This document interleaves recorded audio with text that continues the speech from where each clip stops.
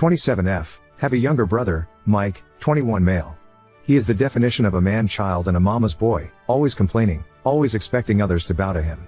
Just, overall, an asshole.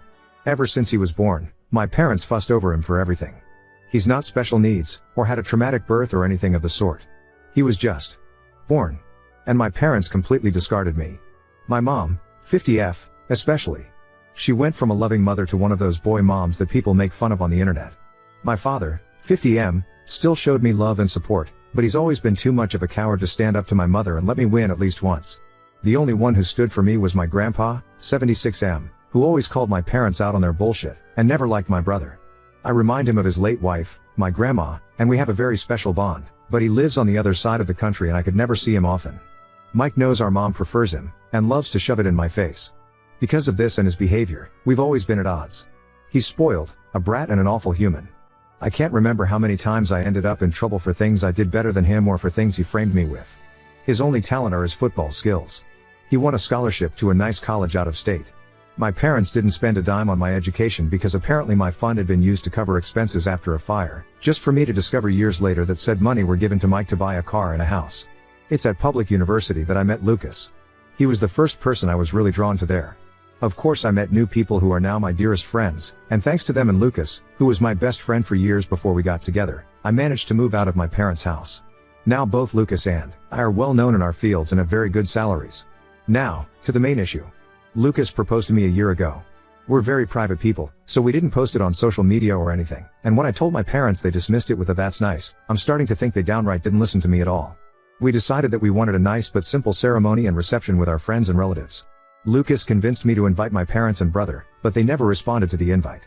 And whenever I went to visit and began to talk about my wedding, without mentioning it was a wedding, my mom would always speak over me and about my brother's accomplishments and wild adventures. At one point I got fed up with it, and interrupted my mom to tell her that there was an event I was planning to organize, whose date was unmovable. She told me that they couldn't attend, because my brother was playing the last game of the season that very same day, and wanted them to be there. Of course, this favoritism didn't surprise me. They missed my ballets, shows and both my high school and university graduation for things about him. At this point, I wanted to be petty. I told both my parents that it wasn't a problem to miss this event, purposely omitted the fact that this event was my wedding, and didn't insist further. Flash forward to a few weeks ago, I got married. It was perfect. My family, Lucas' family and our friends were all there, and we had a blast. My grandpa was happy to give me away, and it was just perfect. My relatives asked me multiple times why my parents weren't there with us. I was honest and simply said they had my brother's game to attend, and couldn't come. They gave me a few looks, and my grandpa was visibly angry for a while, but otherwise nothing strange happened. After the reception, Lucas and I left for our honeymoon, and were phone-free for the whole duration of the trip. But once we got back, we discovered that a shitstorm was welcoming us home. I turned my phone on, and was unable to even unlock it before a storm of notifications popped up. Most of them were from my mother and brother. Mike called me all sorts of nasty names and insulted me because, apparently, one of my paternal aunts posted the photos of the wedding on Facebook, and captioned it with a very obvious dig at my parents, especially my mom, for missing the wedding. The post apparently went viral in my parents' community, and they've been publicly shamed for their mistreatment of me. It also turns out that my grandpa personally visited my parents to go on a tirade to shame my father, his son, to the point of tears. And this seemed to be my father's breaking point, because he was so distraught for missing his only daughter's wedding and for his father's disapproval, that he finally rebelled against my mom and is threatening divorce unless she makes it up to me. I think that's the reason why my mom has been spamming my phone with messages, at first insulting and threatening and then downright pitiful, full of begging and pity parties. Now I'm at home with my husband, deciding how to approach the situation. Most of my relatives, even those I didn't invite to the wedding, reached out to apologize for what I went through and to claim they had no idea this was happening at home. Can't blame any of my relatives, they all live with my grandpa on the other side of the country or in another state, but my mom's sisters and friends are belittling me for not telling my mom about the wedding, because now she's inconsolable at the thought of having missed my wedding. Personally, I think she just claims that to save face, but I'm not sure. The latest messages from my father and mother seem extremely saddened and hurt for missing my wedding. Now my family is divided on three fronts, the majority who is sticking by my side, my maternal aunts shaming me for hurting my mom's feelings, and my maternal grandparents who are adamant that I forgive my mom in light of her atonement. My best friends are telling me not to listen to them. So, Reddit, Ida? Edit, thank you so much for the feedback and love. It's overwhelming. I'm going to address the popular questions here. 1. I did inform my parents about my wedding. I sent traditional on-paper invites to all my guests, and was notified that all invites had reached their addressees. I did not receive any answer from my parents and Mike, a few very distant relatives, and some people on Lucas' side. I did reach out to all of them through message to double check, and those who hadn't replied told me they couldn't come. I asked my parents and brother via text, but they didn't respond. I was left on read. Knowing them and given all the things I had to plan, I didn't bother insisting. 2. I didn't repeat the date of my wedding because I had already been told there was my brother's game. Plus, every time I insisted on highlighting my celebrations to get an answer, I was always told that it wasn't that important and to not be pissy and a bother. Because some things were simply more important than me. At this point I think it's fair for me to not insist anymore. It's not worth the effort. 3. I didn't keep my wedding a secret. I avoided telling my parents that it was my wedding to see if they would be interested in the slightest, but surprise surprise, they weren't. Despite this, I did openly talk about my wedding with my aunts and uncles. My mother was in the room with us a few times when I discussed venues or dress shops with my aunt, the FB post one, but sometimes mom was on the phone, and other times she was just chatting with other people. She never paid attention. When I talked about it during reunions, she smiled and said that's great, dear, and then would change the subject. Radio silence on Dad and Mike. 4. I kept in contact with them because, well, all the times I tried to go NC in the past years I've been harassed. I tried after my HS, bachelor's and MASTA, RS graduations, to which they never bothered to show up for reasons involving my brother. Every time I was shamed for daring to turn my back on family by my parents, my brother, my maternal aunts and my maternal grandparents. I think the turning point here is that, all those times, Lucas wasn't by my side. We started dating a little after my last attempt at going NC, and, how that I have him here, I feel more confident in my stance. But before that, I want this confident. As I already stated, all my paternal side lives on the other side of the country and wasn't aware of how they treated me. I did try to expose my parents once, at 14. My aunts, uncles and grandpa reprimanded them, they faked being sorry, and then once home I got the beating and gaslighting of my life for lying. After that, Elle kept in contact regularly with my paternal side, but omitting my parents' abuse out of fear, which TBH still haunts me to this day. Only grandpa knew, but he was always threatened to be alienated from me if he tried anything. 5. My parents and I are not from the same city. I live in a city an hour drive from my parents' small town, and they don't know my new address because once, my brother tried to break in my apartment to steal some cash and my mother backed him up, claiming that siblings share their goods. Now I moved, and I'll be sure not to tell them where I live. 6. My parents didn't buy my brother a car and a house before he even started high school. They bought him a car for his 16th birthday, and a house near his college when he began freshman year. They didn't spend the money of my fund right away, they just lied to me to use it later for my brother, keeping it stored for later in the meantime. Update 1. To those who believed my story was fake, I want to say that I'm happy your family life is better than mine, to the point of thinking of my reality as a fantasy, but I'd appreciate it if you stopped harassing me in DM, claiming that I'm writing a fake story for attention. If I've missed a few details in the OG post, it's because I was overwhelmed and crying my eyes out because of my family's harassment. You are not forced to read my story, or think it's true, but I think keeping the smallest amount of decency would be nice. Oh, and before diving in the update let me clarify a few things. 1. Yes, the invitation specifically stated it was a wedding. No excuses. 2. My maternal side of the family didn't come to the wedding. I'm sorry, I didn't make that clear in the OG post. Most of them were busy, and the others just gave me excuses to send a gift but not come. That's it. Don't ask me why they didn't discuss my wedding with my mom, it's not like I live in their brain. 3. My mother's atonement is the fact that she apologized via text. Now onto the update, things have been a little crazy this past week. I got off of Reddit for a couple of days, to gather my thoughts.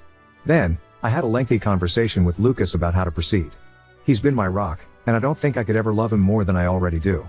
My parents were always a taboo topic, but he hit me with a brutal reality check that I absolutely needed. We reached the conclusion that the fact I kept in contact all this time, stuck around and couldn't go NC, isn't healthy. I've realized that, the reason I never fully went NC, was that deep down I just wanted their approval, even now, for once. Pathetic, I know. But it's like a drug, being with my parents. They can be loving, funny, caring and warm, until they're not. The little love they give makes you crave for more, and you want their approval so badly you destroy yourself. But that's enough. I promised myself that things are going to change. I've thought about it, and decided to start therapy, and to go NC with all those who made an issue about this situation, for good this time. After the days dedicated on reflecting on how I feel, I ended up messaging my father to tell him that, if he wanted to talk, would meet him, Mom and Mike in a neutral location the following day. He immediately replied and agreed, and we met at the park. My father's sisters and brother accompanied us for damage control. My father looked distraught and as if he had been crying for a while. My mom looked the same, but I think it was more out of anger and embarrassment. My brother looked annoyed. I told the three of them about how their behavior and preference in regards of my brother always hurt me, and that their abusive behavior made me realize that I didn't want contact with any of them again after that meeting. My mother tried to cut me off multiple times, but my aunt, the one who posted on FB, shut her up every single time. When I asked them why would they treat me this way, they didn't know what to say. My father kept crying and apologizing without giving me an answer, and my uncle reprimanded him for it. My mother seemed as if she was asking herself that for the first time, but well, in the end she just said that she simply disliked me. Plain and simple. And my brother? He just liked the attention and making me miserable as some kind of sport. I went on with my questions. When I asked why they never responded to my invite, they claimed to have never received one. I showed them the texts, but they denied receiving them. And well, it turns out that they hadn't, in fact, received my wedding invitation. When it arrived to their house, they weren't there. The only one in the house was my brother, who had come visiting for the weekend. He saw the invite and, as many of you guessed, ripped it up and trashed it. And then, when I texted my parents, he deleted the messages. Wasn't hard to do. According to him, they kept my chat archived and didn't get the notification. So, my parents never actually got a formal invitation. I was just distraught. I asked Mike why would he do that, and he just shrugged, and claimed that it wasn't as important as the stuff they had in program anyway. I had to stop Lucas from punching him in the face. Strangely enough, my parents were upset, and started reprimanding him. He actually began to throw a tantrum and cry crocodile tears, and I must admit that I was kind of satisfied. But then my mom claimed that all was resolved, there was no need to fuss over a misunderstanding, and it was time for me to clear their name. That set me off, and I interrupted her, telling her that they weren't forgiven at all, that just because Mike trashed the invite, it didn't mean it automatically canceled all their neglect out. Plus, all that time it was still very obvious that I was having a wedding, and they should have asked about it. You want to know my mother's response? She said something along the lines of, I did hear you talking about a wedding of yours, but I just thought you were being delusional, and seeking my attention with exaggerated scenarios. She was convinced Lucas didn't actually like me, nor would ever marry me. When I tell you I was about to trash her face, do you believe me? Another thing came up. It turns out that my brother didn't have a football game to go to at all. My parents used the fact that my husband, friends and I know little to nothing about football, we prefer soccer, and the fact I stopped asking about it when Mike would mock me during his time in high school, to make up a story to avoid my event. At the time I wrote the OG post, I couldn't confirm or deny the presence of a game because my brother has private social media and Lucas and I are blocked, and I foolishly trusted my parents' word. But no. You want to know where they went with that man-child? They went to Disneyland, because Mike wanted to go. They used the football story to cover for my brother's 100th tantrum holiday, and apparently they did it multiple times in the past months. At that point I was just completely burned out and overwhelmed by this amount of informations. The fact that I had been fooled this badly, that I was so gullible, genuinely made my blood boil, and I snapped. I stood up, and told my father he was a sad, weak man, unable to stand up for his kids unless his wife approved of it. I told my brother he was a little dipshit, a poor excuse of a man that will not accomplish anything in his life and that he'll always live like the leech he is, baby to the point of uselessness. And to my mom, I told her that she was the worst narcissist, pathetic, little woman on the earth, that she didn't even deserve to be addressed and judged, for her irrelevance. That not even God could help her out because she is just too rotten. Harsh, I know. My mother shot up from her seat to scream at me halfway through my rant to her, but I was just too mad. I shouted at her to shut the fuck up and sit down, and listen for once. She got so mad, it felt like steam was coming out of her ears. I don't remember much after that, just that I kept talking.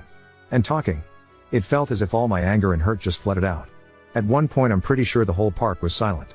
I spat at my parents and Mike that I was disowning them all, and that if they're smart, they'll think before reaching out again.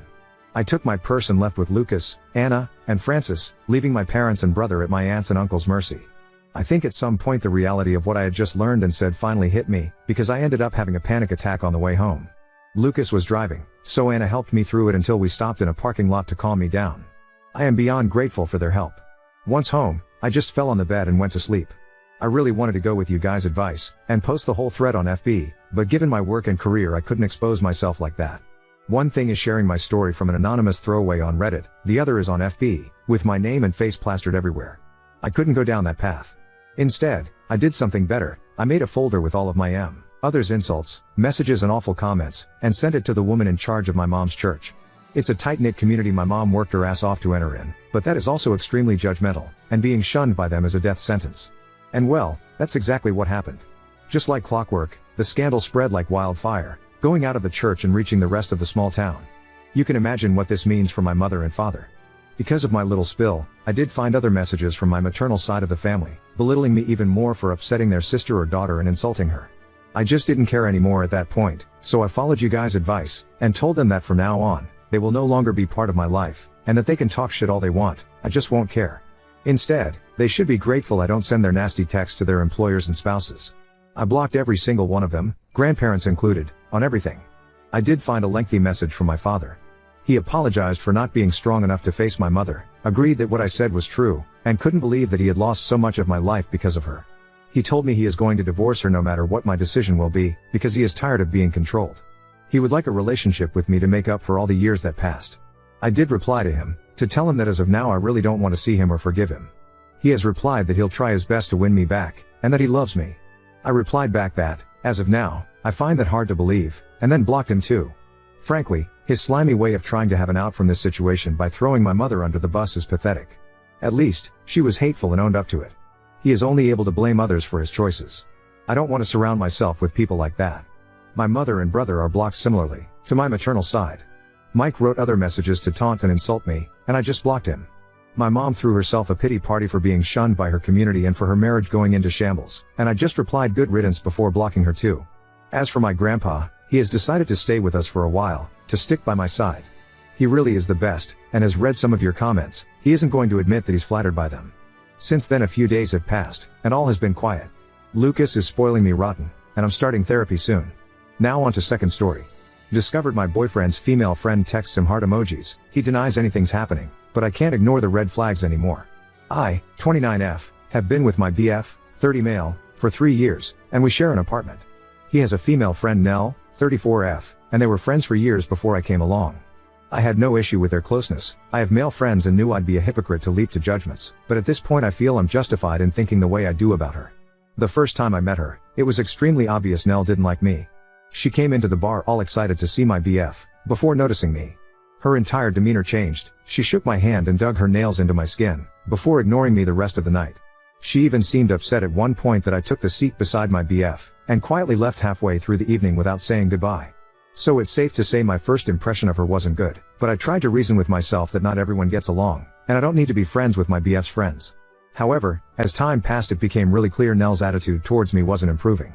She had a way of openly mocking me in front of groups of people, making side comments or loudly joking about my voice or appearance. My BF would stand there and say nothing, and after the fact when I asked him about it, he'd say he hadn't noticed. She'd also make a show of hugging him hello and goodbye and not me. She would mix that kind of stuff in with smiles and basic politeness, so it was tough to articulate exactly what she'd done. I felt very much like I was back in high school. From that point on, I basically decided I didn't need to have someone like that in my life, so just stopped going to things she was at. I haven't seen her in about a year. My BF still sees her regularly and they text often. I'm now at the stage where I fully believe they've either dated in the past, or have something going on now. I've tried gently bringing this up, but he denies they ever dated and makes me feel like I'm being jealous and bitter by asking. I end up suppressing those feelings, before something brings them up again. I've reached the end of my tether with it. The final straw for me came the other day, when my BF left his phone open and I saw a text exchange between the two. Nell had sent him a heart emoji, and my BF had written something about how he was thinking of her. I know I should have said something then and there, but I felt numb and decided to go to bed. I'm trying to work out how to handle this. Is it possible nothing's going on here? It's something I've tried arguing in my head, but then something else pops up that makes me doubt it. Maybe friends do just send hearts, and I'm making this up because I don't care for Nell? I don't want that to be the case.